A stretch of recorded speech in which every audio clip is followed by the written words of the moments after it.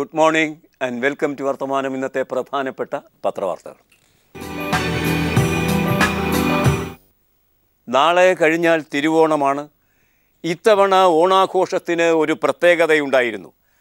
ആഘോഷത്തിന് തൊട്ടുപിറകെ അത് സമൂഹ സദ്യയായാലും കൊള്ളാം, മറ്റേതെങ്കിലും തരത്തിലുള്ള ആഘോഷങ്ങളായാലും കൊള്ളാം, തൊട്ടുപിറകെ ഒരു ക്രിമിനൽ കേസ് കൂടി നമ്മെ കാത്തിരിക്കുന്ന അവസ്ഥയാണ് ഇത്തവണത്തെ ഓണാഘോഷത്തിൻ്റെ ചിത്രം മുന്നോട്ട് വയ്ക്കുന്നത്. തിരുവനന്തപുരം CET എഞ്ചിനീയറിംഗ് കോളേജിലാണ് അത് ആരംഭിച്ചത്. എഞ്ചിനീയറിംഗ് കോളേജിൽ ഓണാഘോഷത്തിൻ്റെ ഭാഗമായി ഒരു പെൺകുട്ടി കൊല ചെയ്യപ്പെട്ടു. ബോധപൂർവം കൊല്ലുകയായിരുന്നു എന്നാണ് കേസ്.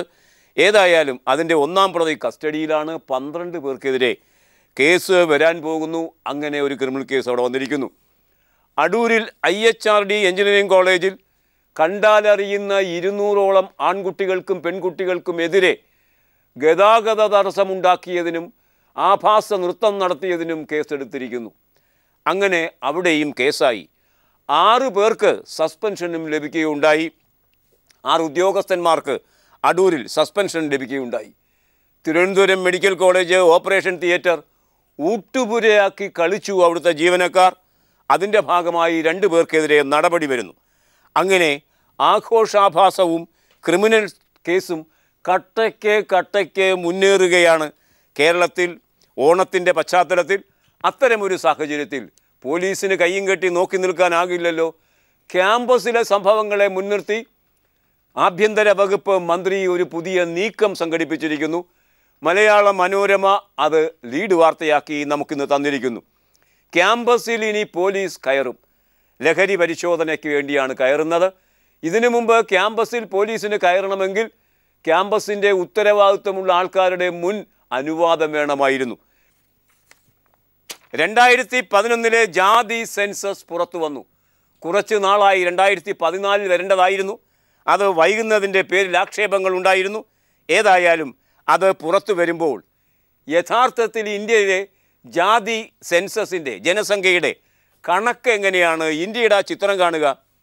ഇന്ത്യയിൽ 79.8% ആളുകളും ഹിന്ദുക്കളാണ്. വിവിധ ജാതി വിഭാഗത്തിൽപ്പെടുന്ന ഹിന്ദുക്കളാണ്.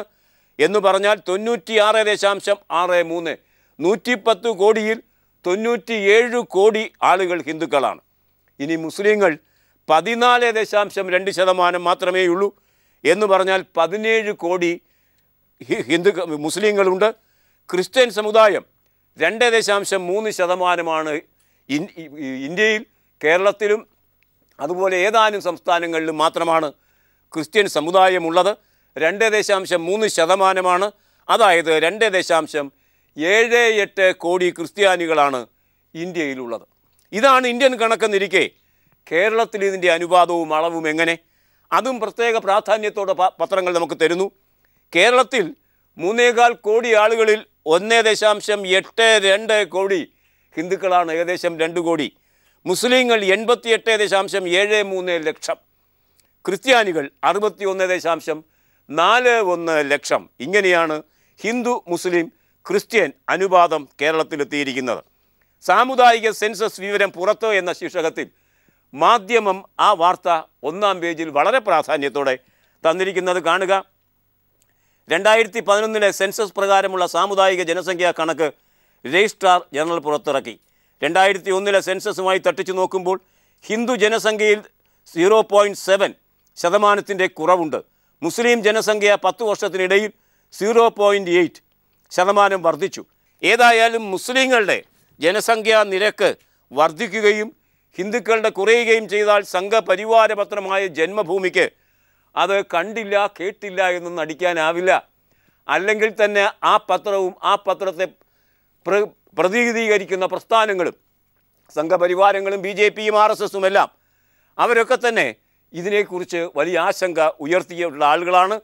അതുകൊണ്ട് ജന്മഭൂമി എന്ന പത്രം അത് ലീഡ് വാർത്തയാക്കുമ്പോൾ കാണുക, ഹിന്ദു വളർച്ചാ നിരക്ക് കുറഞ്ഞു, മുസ്ലിങ്ങളിൽ വർധന 0.8% എന്ന് പറയുമ്പം സെൻസസ് ജാതി സെൻസസ് അവസാനം പുറത്തേക്ക് വന്നു എന്നതല്ല, മറിച്ച് ഹിന്ദു വളർച്ചാ നിരക്ക് കുറഞ്ഞു, മുസ്ലിങ്ങളുടെ വളർച്ചാ നിരക്ക് വർധനവ് കാണിക്കുന്നു. ആ ആശങ്കയാണ് ജന്മഭൂമി പങ്കിടുന്നത്. ഭാരതത്തിലെ ജനസംഖ്യ 121.09 കോടിയാണെന്ന് സെൻസസ്. 96 ആ കണക്കുകളൊക്കെ പറയുകയും 10 വർഷത്തിനിടെ സംഭവിച്ചിരിക്കുന്ന ഭാവപ്പകർച്ചയിൽ ഹിന്ദു വളർച്ചാ നിരക്ക് 0.7 കുറയുമ്പോൾ 0.8% മുസ്ലിമുകളുടെ വളർച്ചാ നിരക്ക്. തദ്ദേശ സ്വയംഭരണ സ്ഥാപനങ്ങളിലേക്കുള്ള തെരഞ്ഞെടുപ്പ് കഴിഞ്ഞ ദിവസങ്ങളിലെല്ലാം പ്രധാനപ്പെട്ട മലയാളം പത്രങ്ങളുടെ ഇഷ്ടവാർത്തയായിരുന്നുവെന്ന് നമുക്കറിയാം. ഏതായാലും കടുംപിടുത്തങ്ങൾ അവസാനിക്കുന്നുവോ, ആ തെരഞ്ഞെടുപ്പ് തന്നെ സംഭവിക്കാൻ പോകുന്നുവോ? തദ്ദേശ സ്വയംഭരണ തെരഞ്ഞെടുപ്പുകൾ നടക്കും.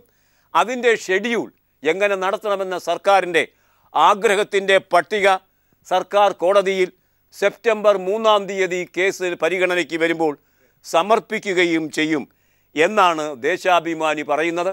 എല്ലാ പത്രങ്ങളും ആ വാർത്ത തരുമ്പോൾ 1 മാസം വൈകി ഈ കാര്യങ്ങളൊക്കെ പരിഹരിക്കപ്പെടും. നവംബർ 1 എന്നതിന് പകരം ഒരുപക്ഷെ ഡിസംബർ 1 എന്ന നിലയ്ക്ക് മാറുമ്പോൾ 1 മാസത്തെ വ്യത്യാസത്തിൽ എല്ലാ കാര്യങ്ങളും പരിഹരിക്കപ്പെടും എന്ന ശുഭചിന്തയാണ് പങ്കുവയ്ക്കുന്നത്. കൗതുകകരമാണ് ആ സഞ്ചാര രീതി. തദ്ദേശ സ്വയംഭരണ സ്ഥാപനങ്ങളിലേക്കുള്ള തെരഞ്ഞെടുപ്പ് നീട്ടണമെന്നായിരുന്നു സർക്കാരിൻ്റെ ആഗ്രഹം. അത് പാടില്ല എന്നായിരുന്നു തെരഞ്ഞെടുപ്പ് കമ്മീഷൻ്റെ നിലപാടെങ്കിൽ 1 മാസമെങ്കിലും 1 മാസത്തേക്ക് നീട്ടിക്കിട്ടുന്ന ഒരവസ്ഥാന്തരം സർക്കാർ സൃഷ്ടിക്കാൻ ഇടയുണ്ട്. തെരഞ്ഞെടുപ്പ് നീട്ടണമെന്ന ആവശ്യം ഹൈക്കോടതിയിൽ ഉന്നയിക്കും. പിന്നിൽ മുസ്ലിം ലീഗിൻ്റെ സമ്മർദ്ദവും ഭീഷണിയും. തദ്ദേശ സ്വയംഭരണ തെരഞ്ഞെടുപ്പ് നീട്ടുന്നതിനായി നിയമ നടപടികളുമായി മുന്നോട്ട് പോകാൻ സർക്കാർ തീരുമാനം.